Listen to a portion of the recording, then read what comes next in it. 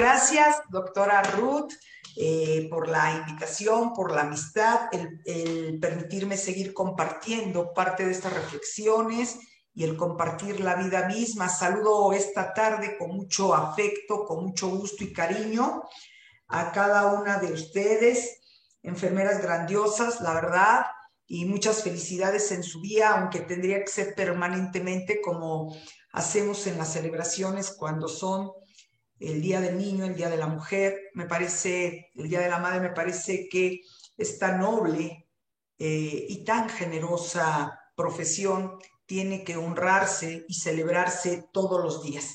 Y bien, efectivamente, como ha comentado la doctora Ruth, yo no soy enfermera, no soy una voz, digamos, autorizada dentro de lo que es la academia, digamos, de la enfermería, dado que no estudié enfermería, pero efectivamente yo, pues, ¿qué les puedo decir? Mi madre fue enfermera por 65 años continuos. Ella incluso inició su labor como auxiliar de enfermería.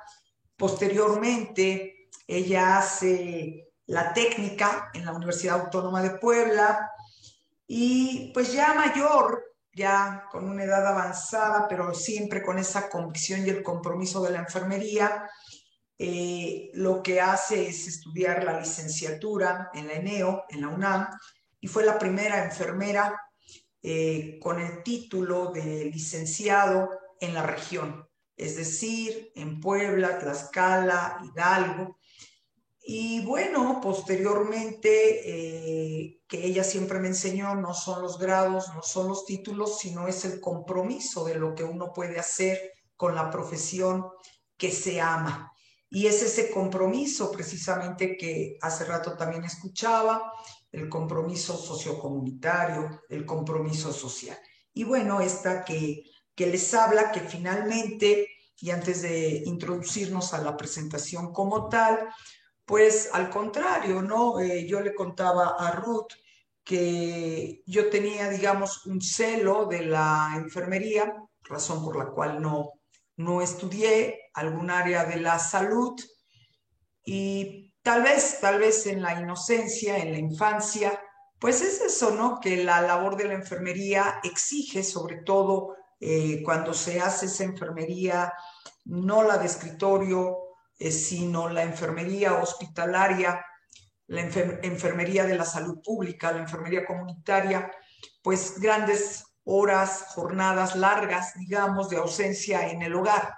Y tal vez eso era, ¿no? Yo ver una madre que tenía que mantener y alimentar 7 hijos, ¿no? Mi madre nació en el 23, esperemos, Ruth, que el próximo año estemos celebrando precisamente el centenario de su natalicio. Ella falleció va a cumplir 4 años el próximo mes, pero fue una mujer muy comprometida, muy entregada a la labor, fundadora del Seguro Social aquí en Puebla. Y algo que también podría decirles, ¿no?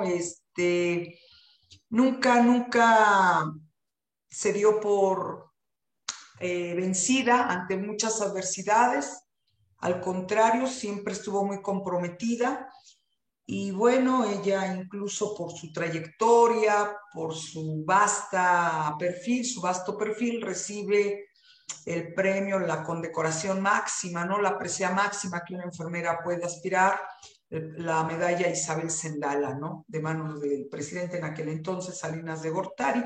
Pero les cuento todo esto porque más allá del academicismo, más allá de lo que se va formando, mi madre a los 80 años hace una maestría en sociología.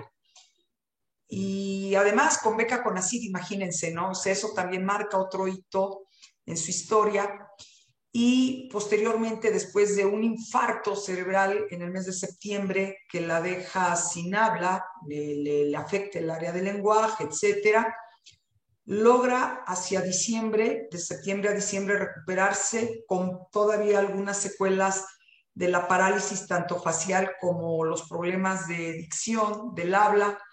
Defiende su tesis de maestría, ¿no? Y entonces la tesis finalmente es muy reconocida, la publican, en fin, Pero lo que yo les quiero hablar es cómo eso a mí me fue llevando precisamente en la admiración misma, después en una reconciliación franca con la enfermería y entendí que mi madre, gracias a esta noble labor y a esta noble enfermería, eh, justo yo pude comer, pude estudiar y gozar de una educación pública, pero con mucho compromiso. Y ahí hice las paces, ahí entendí porque yo estaba ya trabajando en este instituto como investigadora en la antropología, en el programa, insisto, de antropología, y mi madre estaba estudiando en el de sociología. Y entonces cuando fui a su examen profesional, pues me di cuenta de que la enfermería, que ella hace un libro extraordinario precisamente sobre la historia de la enfermería aquí en Puebla, la documenta, pues es increíble. Y bueno, les hice esto a manera de preámbulo. La doctora Ruth me pidió hablar en particular de lo que es la historia de la enfermería, ¿no? Entonces, voy a tratar de compartirles la pantalla. Espero hacerlo, que a veces estas cosas nos hacen muchas travesuras, sabemos. No sé si ya se aprecie la imagen. Y Eli, ya la vemos. Perfecto, entonces vamos a ir por acá. Y bueno, ella me dijo, vamos a hablar un poco de la historia de la enfermería. Yo en realidad confieso que en ese sentido, pues no son mis fuertes, pero voy a dar algunas cuestiones generales que, porque no soy experta, hay mucho trabajo en el campo aplicado ya de la enfermería que lo va documentando, pero también pensando en que una charla como es esta también tiene que llegar y motivar para quienes recién están incursionando en este maravilloso campo de la enfermería. Y entonces dije, bueno, no está por demás, basándome en distintas fuentes, vamos a ir recuperando en la línea del tiempo y posteriormente nada más yo quiero llegar, digamos, a unas reflexiones en voz alta, también a manera de provocación de cómo el campo de la enfermería con, pues sí, sabemos las grandes crisis que tiene en cuanto a las remuneraciones, el lograr una plaza dentro de un hospital, etcétera, dentro del sector público, cuesta muchísimo, pero que también hay otras situaciones que tenemos que ir apreciando socialmente que nos deben de motivar, ¿no? Entonces también dirigirnos sobre todo a las jóvenes, a los jóvenes que están recién incursionando en esta área del conocimiento. Bueno, lo que vamos viendo desde antes de la conquista, pues, y tiene que ver mucho, es muy interesante, no voy a hablar tanto hoy ni de Florencia Nightingale, ni de todas estas enfermeras que tienen, australianas, americanas, que ustedes conocen muy bien, vamos a centrarnos al campo de México, pero es muy interesante para ir vinculando estos orígenes con los aspectos de por qué la profesión de enfermería pues realmente ni siquiera era reconocida sino hasta apenas como una profesión, ¿no? ¿Y qué es lo que va viendo en esos pesos históricos y desde dónde puede tener las influencias, ¿no? Y entonces, bueno, tenemos a Tizit o Tlamatquetziltli, que fueron sinónimos de lo que sería una figura de enfermera entre los aztecas, una sacerdotisa, pero que también, pues evidentemente, hacía otras funciones más que hoy en día, indiscutiblemente, ¿quién no es consejera desde la propia casa con los familiares de los pacientes? ¿Quién no se vuelve educadora en la salud? Porque hoy además se trabaja en un hospital, pero lo mismo se trabaja en la docencia. Decía acertadamente la maestra Ruth, la parte de la gestión.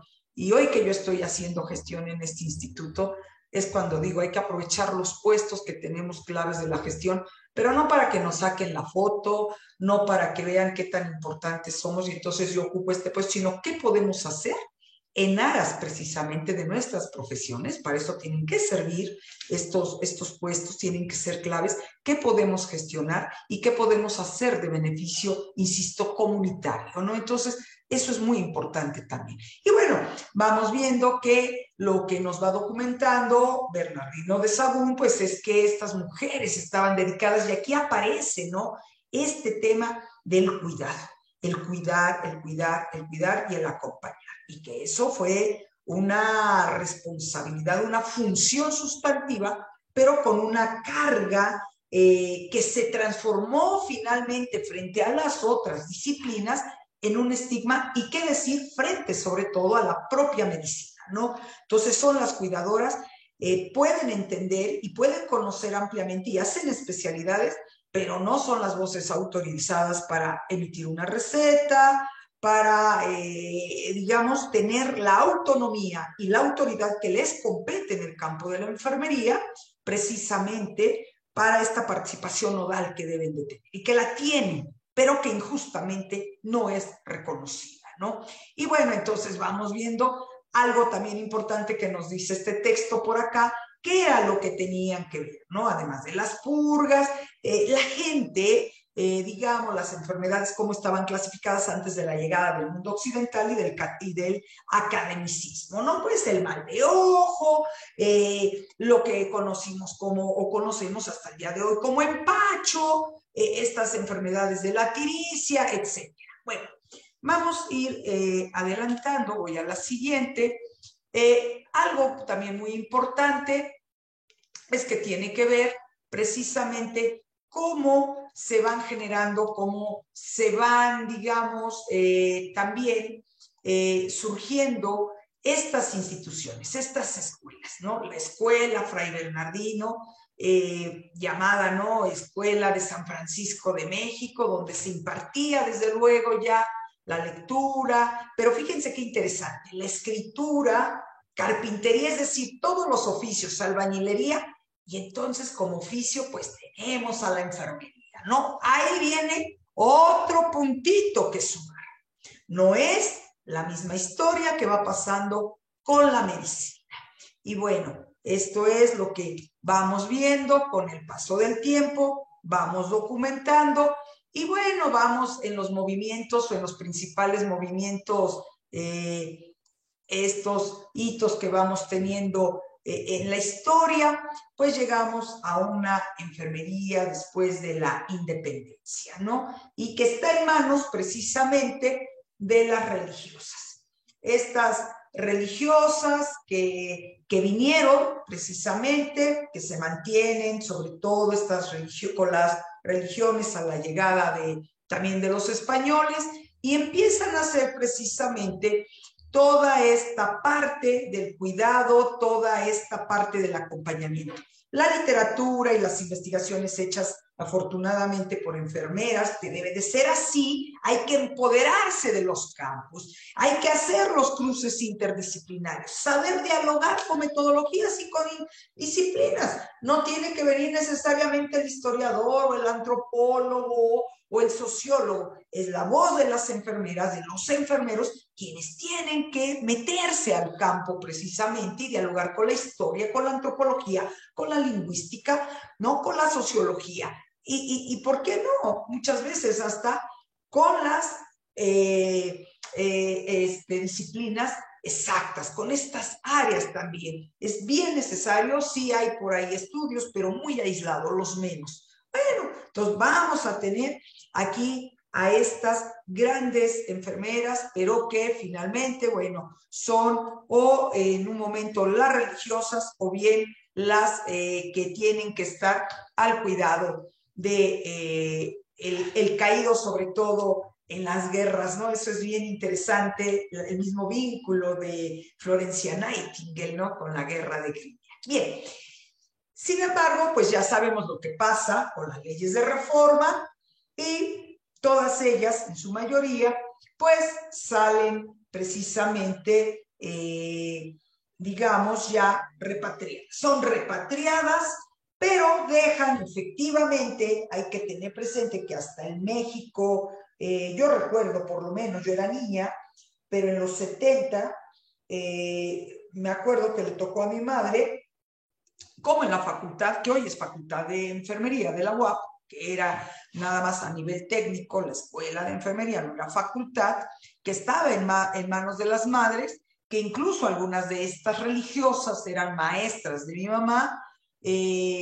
Posterior, digo, ya no es este movimiento de reforma, pero estoy hablando sobre los 70, cómo fueron expulsadas también, ¿no? Entonces, eso se veía en aras de que la enfermería pues, pudiera empezar precisamente a profesionalizarse. Y entonces ahí había que pensar en algo ya más serio. Había que empezar a, más que empoderar la imagen de la enfermería, de la enfermera, perdón, en cómo irla ya también haciendo que se incorporara al mundo de las universidades. ¿Por qué? Porque a la par también están surgiendo todas estas instituciones del sector salud, ¿no? El Seguro Social, el ISSSTE, etcétera. Y es muy interesante cómo también esta parte que tiene que ver con el género empieza también a tener, digamos, una reorientación, porque no es solamente que se encasquille que la profesión de enfermería tiene que ver exclusivo con lo que es la parte femenina, lo que nos rezaba por ahí Florencia Nightingale y tantas otras enfermeras, sobre todo también de origen europeo, ¿no? Tienen que tener la dulzura, la paciencia, pero también mucho de eso hizo una relación de dominio y sumisión frente al rol y frente al papel del médico, ¿no? A mí me aterra cuando leo algunos de los documentos y dice la enfermera no tiene por qué nunca contradecir en aquellas épocas, ¿no? Al médico, ni siquiera sostener la mirada a los ojos. Esos documentos que, bueno, no los traigo porque no es el propósito del día de hoy, pero que evidentemente con parte de la colonización y con parte de lo que vamos haciendo, como ustedes hoy lo pueden apreciar, con los temas de las migraciones. Siempre estamos migrando, el ser humano siempre migra. Y al migrar, no solamente migran seres humanos, migran culturas, migran lenguas, migran conocimientos, migran todos estos enfoques también, pero también todos estos pesos y estas herencias de cómo se van haciendo las relaciones entre disciplinas. Y eso es mucho, con lo cual las enfermeras mexicanas también han tenido que romper y superar esas cadenas y esas situaciones donde no tenían esa voz esa misma autonomía. Y entonces, bueno, por fortuna, como ustedes están viendo, no voy leyendo, solamente voy poniendo precisamente las láminas para ir comprendiendo parte de esto, pues van surgiendo las instituciones formativas. Y llegamos y hay alguien que, bueno, es histórico, es una figura icónica dentro de la historia de la enfermería. Quien no ha escuchado hablar de Doña Refugio, Mamá Cuca, ¿no? Y entonces, bueno, además, esto también es interesante si lo vemos en tema del género. Al pasar a trabajar posteriormente, ¿no? Una vez que ella va en esta travesía revolucionaria, un tanto por revolucionaria, a involucrarse al hospital militar, ¿no? Y pensemos precisamente estos espacios hasta el día de hoy. Ayer lo reflexionaba un poco con uno de los chicos que está postulando a la maestría en antropología y él hablaba, por ejemplo, de 3 campos que siguen siendo mayoritariamente masculinizados, ¿no? Hablaba del ejército, a pesar de que, bueno, sí vemos mayor participación ya femenina, afortunadamente, ya manejan los aviones, todo, pero hay ciertas áreas dentro del ejército que son inaccesibles para las mujeres, ¿no?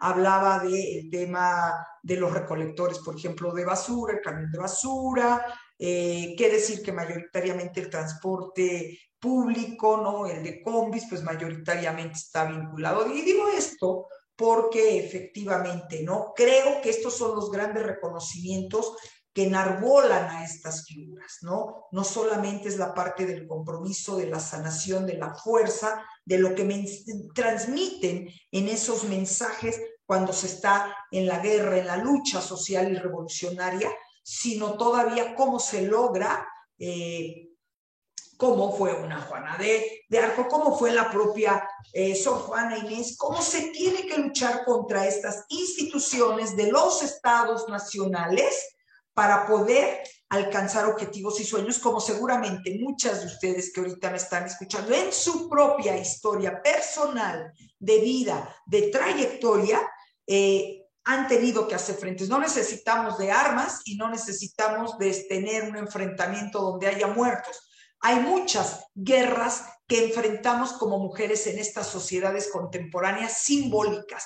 Y si algo tenemos como mujeres penosamente es que vivimos cruentamente siempre prácticas de discriminación, ¿no? Entonces es increíble que reconozcamos siempre a la mujer médico, es la mujer químico, es la investigadora, la doctora, es la física, la astrónoma, y bueno, aun cuando las ciencias exactas también tienen cerrado ese campo para las mujeres en cuanto a lo que es la física, la astronomía, pero entonces todavía se sobrevalora cuando alguna mujer es física y es astrónoma.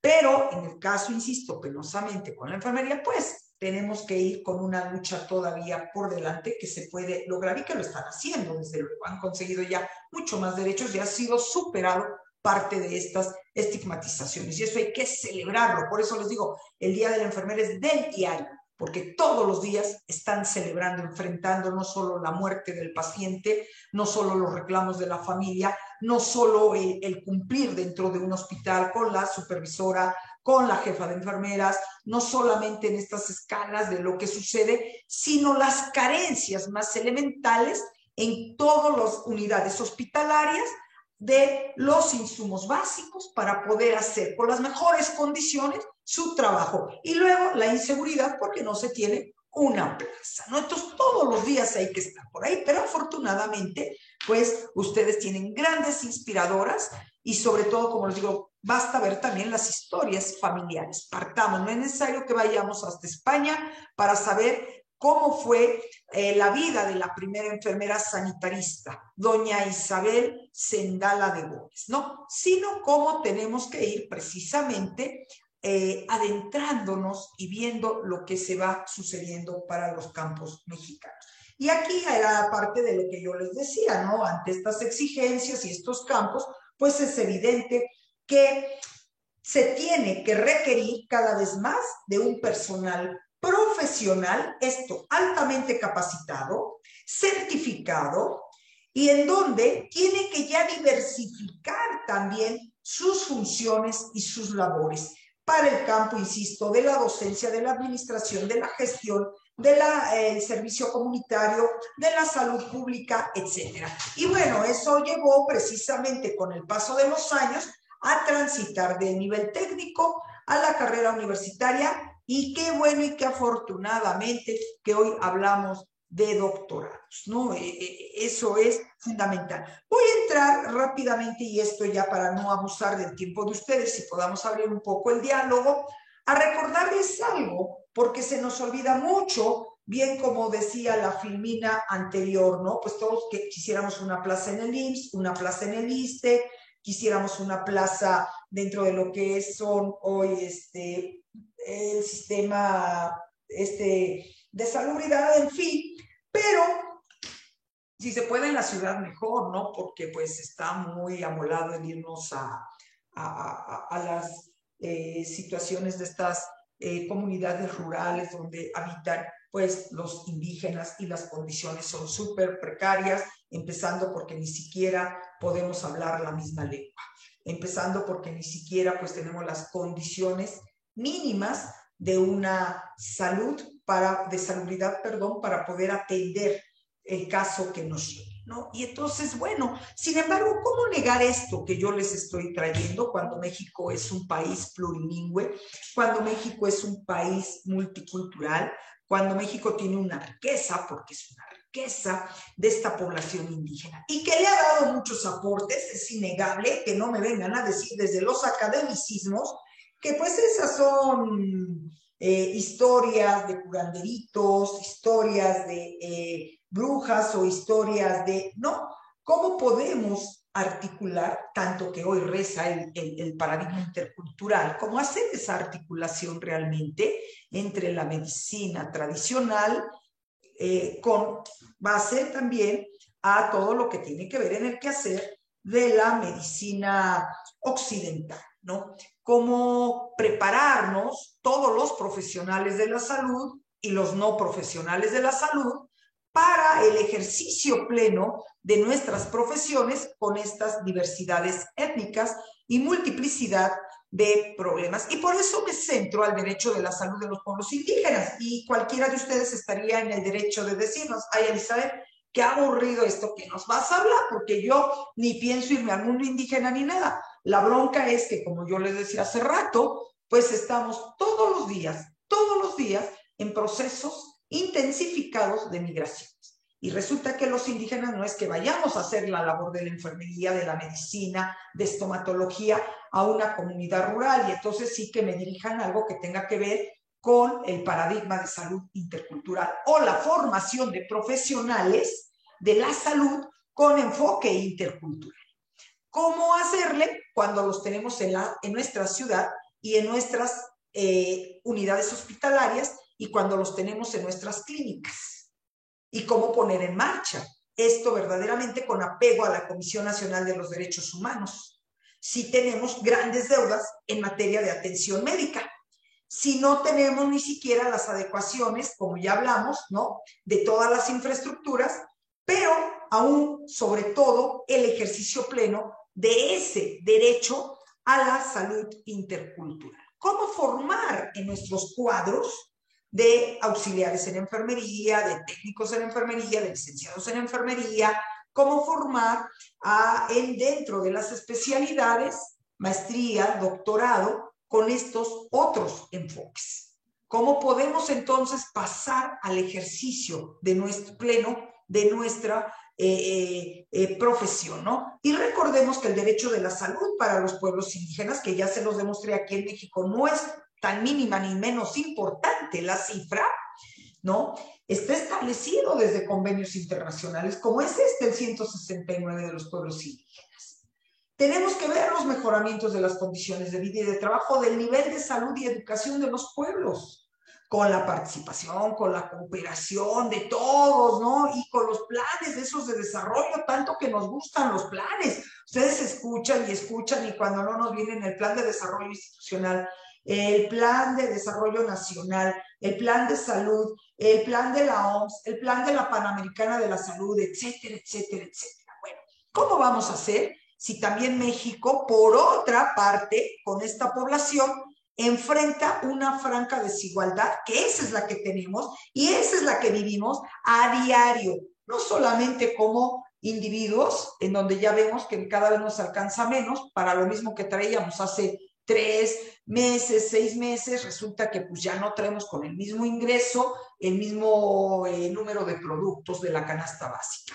¿Cómo hacerle si la medicina tuvo un incremento brutal aun cuando tengamos o gocemos de algún servicio de salud pública, pero sabemos que hay muchos que no están en el cuadro básico y que nos recomienda hasta el mismo médico muchas veces dice, bueno, si puede conseguir que es de patente, y cuando uno va llevando el tratamiento resulta que al mes o a los 2 meses ha tenido un incremento brutal, ¿no? ¿Cómo hacer frente a todo esto cuando, y esa es la realidad, o sea, y cómo pedir también la igualdad dentro de los espacios hospitalarios? Solo el 1% de la población, solo el 1% posee el 43% de toda la riqueza de México. Y yo haciendo todo un rastreo más fino, solo 9 familias son las que poseen ese 1% dentro de nuestro país. Y el otro 50, casi 60% son las condiciones que ustedes ya conocen como enfermeras